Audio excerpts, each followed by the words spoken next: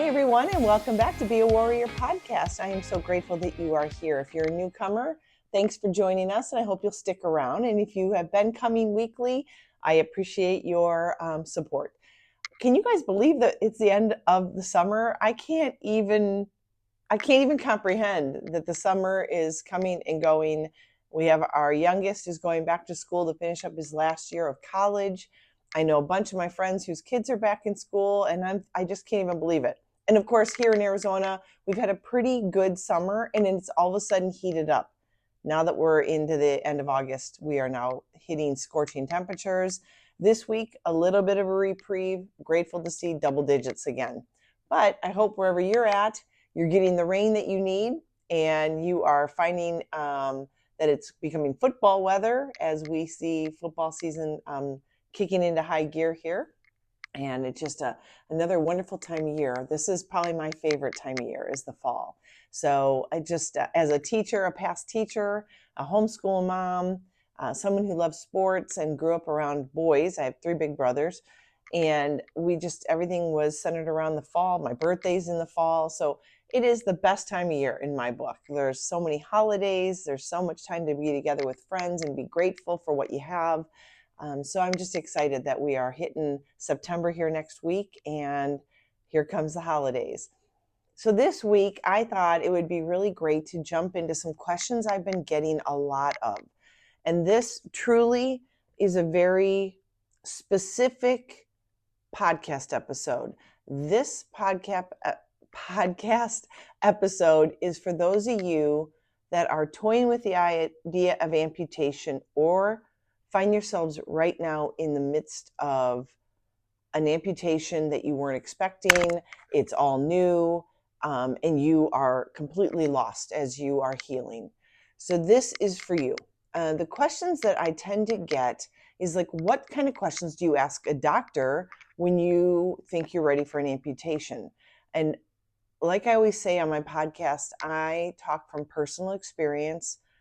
This is my wheelhouse. Like, I elected amputation, so I had time to ask questions, research, interview doctors, interview prosthetists, find peers that have gone through it. I did my due diligence. I even saw a PT while I had 2 legs to see what we would be doing after I lost my leg. So it's never too soon. If you know it's coming, this is how you get prepared for it as much as possible. When it's not the emotional, mental state, this is like the doing. This is what things do you need to know before you go in. Number 1, you need to realize that if you are choosing amputation and you haven't been there yet, that this is your priority. Finding the doctor that you trust, you have a good gut feeling about, and they have the numbers to back their ability. Meaning, you do not want to go to your normal orthopedic surgeon if they've never really done an amputation, or have only done maybe a handful. That might not be the best person just because you know them. And trust me, for someone who had 10 surgeries with 10 different surgeons, there is nothing worse than having to start over and find a new doctor, because it means a lot of legwork, right? It's no pun intended. It's about finding the doctors, getting references to doctors, calling up their offices, making appointments, waiting for the appointments, then finally going in to ask the questions. But you can line up several of them. And you know what? I had 3. I kind of already knew who I wanted to do my amputation when I went into it. But I did not go into it blindly, even though I knew he was the right one.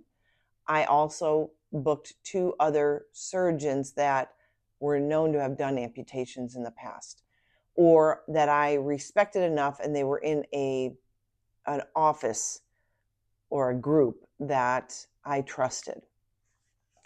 And you know how that went? It was really good for me to see, because I had 3 completely different surgeons with 3 completely different answers to me. One surgeon I knew said could do it. He was an oncologist orthopedic surgeon, so he had seen his fair share of amputations. We're talking hundreds. So he is experienced at it. And that was the one I knew I wanted to go with. but I let him know I just was going to do some research. And he's like, that's cool. Let me know if you're ready and when you're ready. The second one I went to was a very highly respected program or group that you would say, and I will not name them because I've had good and I've had bad with them. And when I went in to that appointment, I was looked at quickly. They went over to their computer and they just looked back at me and said, no, I won't do an amputation. You'll never walk again.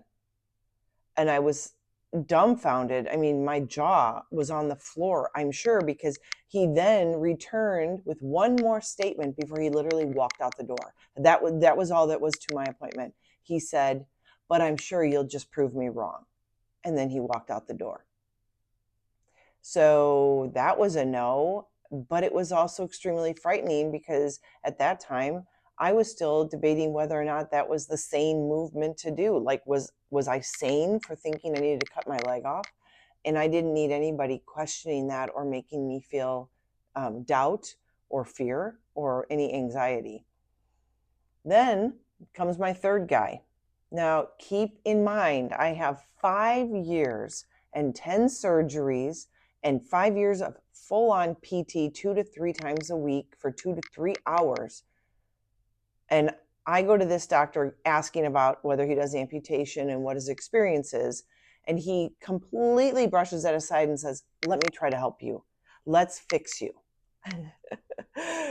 I find this funny because I spent 5 years trying everything. And when I say everything, when you have your last few doctors, after 10 doctors in the last 7, 8, 9, and 10th doctor say, my gosh, we've never seen anybody try everything. You literally have tried everything.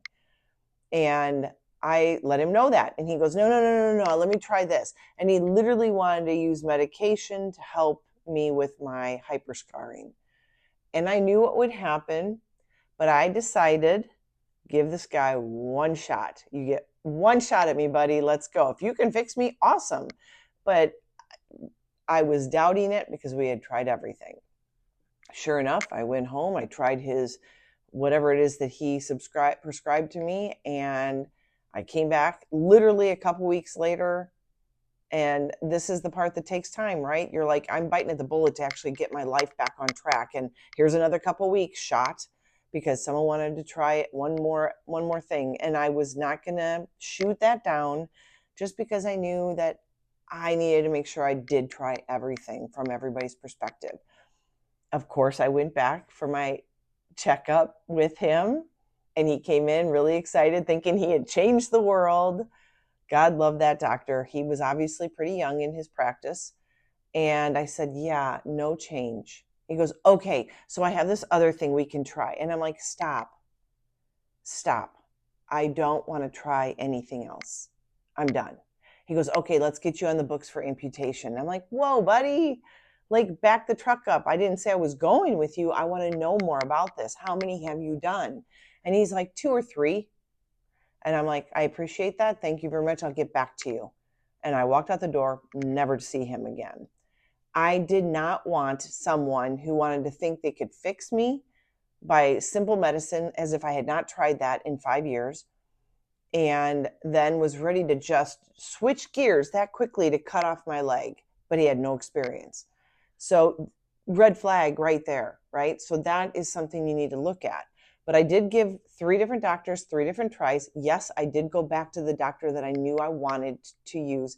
Number 1, because of his track record.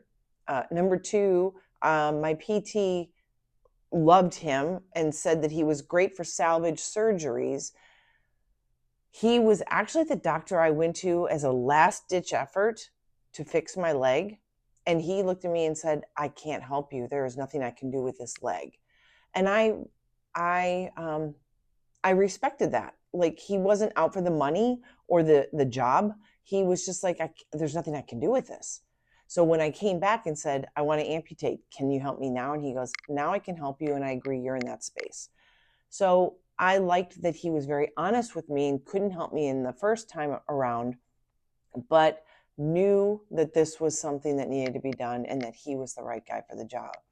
And of course, I was spot on. He was great. He is also the one that directed me straight to a prosthetist that he really loved and worked well with. That is another benefit. When you have a team of medical professionals around you that work well together, then you are taken care of, and their communication is more flawless than disconnect of a doctor that doesn't know that PT and that PT that doesn't really know much of that about that doctor. So he sent me right away in the office when I confirmed I was going to do the amputation with him. He called up the limb center, the guys I'm with right now, and said, to David, who's the assistant there, hey, I have someone and I need you to get on your schedule. I need you to meet with her. She is planning on doing an amputation. I will be the one doing it, but she probably has a lot of questions. Could you help her? And I got right on their books and I started working with them. I went in and interviewed David and Randy at the limb center and let them know my dreams and aspirations, how hard this has been for me. I talked about what I had done in the past, where I wanted to be, and what my heart was really saying my future still had for myself. And they listened and they took note and they understood me and they were compassionate and they were empathetic. And David is also an above knee amputee as well. So what was great then about them is, hey, we want to put you in touch with our PT because you need to have a specific PT, which is what my PT I'd had for so many years had said. Listen, I'm not equipped to handle amputations, so I need you to make sure you find someone that can help you. Well, I went from the orthopedic surgeon to them, the prosthetist he suggested, and the prosthetist suggesting this PT at Touchstone Rehabilitation Center with Dan. And I actually went in and talked to Dan, and they scheduled me to do a K test there. Now, for those of you that don't know what a K test is, a K level test. A K level test is basically normally what happens when you only have the one leg, and it is basically a physical exertion test. What can you do with what you have right now? Things from sit to stand and stand to sit, getting off the floor, walking, constantly walking up and down a hallway for, I can't remember how much time, 5 or 6 minutes. How many laps do you get in, or, whatever. Things like that. Balance. Can you stand for a limited amount of time just on the one leg, whatever. And they use that to document for insurance companies. Now, this is where it gets really important. The insurance companies, rightly or wrongly, can or may not use the K-level test to determine the level of prosthesis that they will agree to giving you or paying for, which I think sucks, because really an insurance company knows that they've got these products, what they cost, and what kind of profit they'll make, to be honest. And really, as a person, they're not really concerned with what your dreams are, what your hopes are, what you used to do, what you want to do, or where you're at right now. They don't talk to you as a person. You are a case number, and you need to know this, because what ends up coming down to, I had the highest level K test. I know I came in with 2 legs, which was really kind of funny, because Dan's like, I've never actually done a K level test with someone with 2 legs, but my leg that I was getting rid of was so bad and only had 20-degree range of motion that even trying to walk on it was near impossible without pain. And to sit and stand, I really didn't use that leg because I couldn't bend it enough. My leg would have to come up out of the way, otherwise I would just have snapped all my scar tissue, and that is extremely painful. Trust me, extremely painful.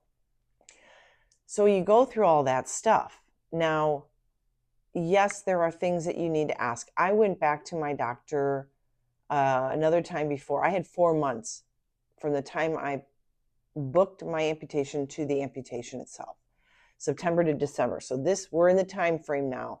We are about where I was when I actually said I wanted to amputate almost 7 years ago.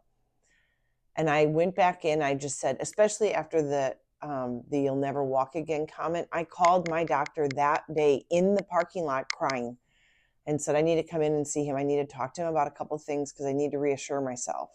And when I told his assistant what had been said to me, she said, you need to share this with him so he knows where your mindset is. And I wasn't going to. Dr. Code, I figured they probably all know each other, and I wasn't going to badmouth anybody. I had chosen not to use that guy, and that was good enough karma on him. But she did say, you need to tell him. And when I told him, my doctor was highly disappointed that another surgeon would actually say that to somebody and take away that hope when they were already afraid of the decision they're making. So then my question to him truly was, I'm a physical person, and I didn't want to just go, yeah, amputate. I want to know exactly where you're cutting. Where am I going to see the end of my limb? I wanted to feel it. So he pulled up my x-ray. We wanted to get rid of the spike that was in my leg from the knee replacement. And so he literally put his hand right where it would be cut. So I knew exactly where he was thinking. I did not want to wake up and have my leg all the way up near my hip bone, because the less leg you have, the less control you have of a prosthesis. So you want to maintain as much level. That's why BK, you're only missing the ankle. Some people go through the knee, so you have a full thigh. And then there's those of us that go above that kind of spike from the knee replacement, and then those that are way up like a hip disarticulate. So you want to know exactly where it's going to be. You also want to know what the healing time is, what they expect on a normal recovery, keeping in mind that normal is not a word we use often because there really is no normal in anybody's life. But if they could guess, how many weeks am I going to be without a leg, on crutches, a walker, or a wheelchair, and how does that all look? And so they'll give you an idea of how long it takes for you to heal from something like that. And then I just made sure that I was talking to my prosthetist and saying, if these are my hopes, dreams, and goals, this is my K-level testing that I got done by Dan. Putting those two together, what do you think is the best prosthesis for me? And right away, they knew exactly which leg I would want to get. They gave me the code, and this is the other aspect. The code they can give you from your prosthetist's office is a code that the insurance uses. The insurance doesn't know anything but codes. They know numbers. So you can actually call your insurance company and say, I want to know if my insurance covers this code. And that's what I did. And I've told you guys this story before. I did that 4 separate times because I wanted to make sure I was hearing it correctly. Like someone wasn't having a bad day or didn't know how to read a manual. I wanted to make sure I got the same answer every time I called. And since I had 4 months, I had time to recheck. I checked in September, October, November, and the beginning of December. And every time I called and gave them the same code, they said, yep, you are totally covered. That is covered under your plan.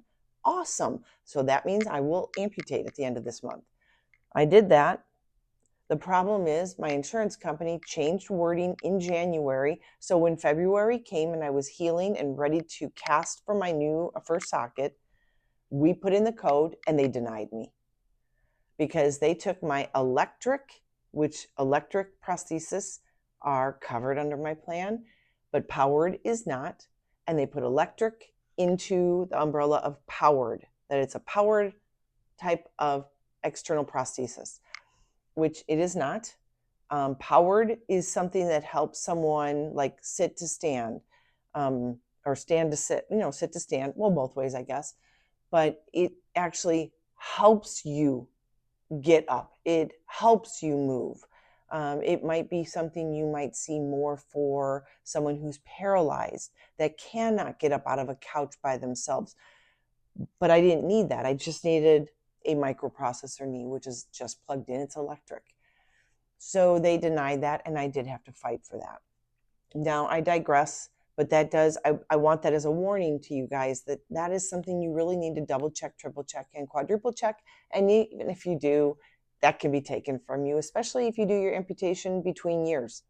So that's what happened with me. Amputate in December. They changed wording at the first of the year. By the time we went to go and get it, it was different. So I guess if I had amputated before December and done it before, then I would have been fine. But that's not the case. Moving on. So what is really important? So what people don't realize is your surgeon and who does your amputation is really, really important. You want to know how many they've done, how confident they're in, how does an amputation actually happen? What does it look like? You know, how do they cut the bone? How do they deal with the nerves? Something I didn't know at the time, but do they use a plastic surgeon while they're doing it to do a TMR? You want to ask about that because it's not going to be the cure-all for phantom pain, but it'll give you a better shot at being less on the phantom pain or non-existent phantom pain. So you want to make sure that that's there. That was not an option when I was having amputation. At that point in time, insurance companies were not doing TMRs at amputation because it was considered a proactive stance. And insurance companies aren't going to pay more money if they don't think it's going to be necessary. So there's that. But you have to understand that once you've had your amputation, once you've healed, and once a surgeon has given you the all clear to start working with your prosthetist and getting casted, you really don't use him anymore. He doesn't help you with how it feels. He only helps if you get a wound or if there's an issue there. From this point on, your prosthetist is your best friend. You really want to make sure that relationship is tight. You want to trust them. You want to respect them. You want to know they respect you. You don't want to have weird feelings about when you go in there that you're being annoying or overstepping boundaries because you want the best for yourself. They should want the best for you too. They are in a practice to helping people live better lives after something tragic. Their job is to be your advocate, not pushing against you. So if you don't feel comfortable with them, I suggest shop around. Did you know that even if you're in an emergency situation in a hospital and having had amputation and the hospital gives you a prosthetist to use, you do not have to stay with them?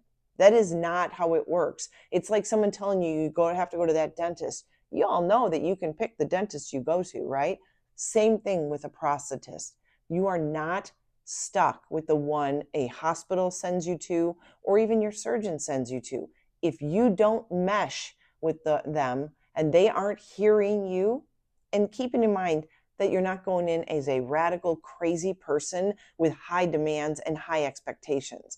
You need to have some checks and balances for yourself as well, because it isn't a miracle and it will never feel like your regular leg. So you need to know that going in. But are they trying? Have they worked with you? Are they seeing your goals and wanting you to achieve them as much as you want to achieve them? That is important. And so you need to know that about your prosthetist. They are the person that you will be with for life. You're going to, even after I thought a year and a half with my last socket, I thought was great. And all of a sudden, wham, something bad happened. Nothing in my control. I didn't fall. I didn't have any injuries or accidents. But all of a sudden, my socket wasn't fitting me. And I had to go in and get a new socket made. So even though I didn't see him as much by my 6th year, the first 3 years, I saw him like weekly. And so it's important that it's a good relationship. But you also want to know he's there for you in a pinch whenever something doesn't feel right, that you can actually call them up and say, hey, is this something I should be worried about? Or I don't think it's fitting me right. I know people that go in and it's 20 years later and they finally need a new cast. 20 years. Because you do change over time. Your body isn't going to stay static. It changes. So your prosthetist is the most important person that you are going to need to have in your corner fighting for you with insurance, with your health, with your fit and comfort. They have to be there, and you have to know what your expectations are and make sure you understand that they're not God, and they aren't rebuilding you. You'll never feel exactly the same as you did when you had your real leg that you were born with. So just keep that in check and know that that's the case. So please make sure that you do your due diligence. Talk to your insurance company, interview orthopedic surgeons, ask about the TMR, but especially make sure your prosthetist is someone who's fighting on your behalf with you and for you at all turns, okay? That is so important. I can't even tell you. I am so very fortunate that my orthopedic surgeon gave me the Limb Center because they are amazing. These guys have heard every cry of mine. They have heard every dream of mine, and they have watched me succeed, and I could not have done it without them. And so that is a very important relationship in your medical history. And like I said, I don't even see my surgeon anymore or talk to him anymore because I've graduated out of that. I don't need that anymore. It is all about the prosthetist now. Even PT. I went to PT for a few weeks, and then I kind of graduated out of that because I was ready to go, and I don't see my PT anymore.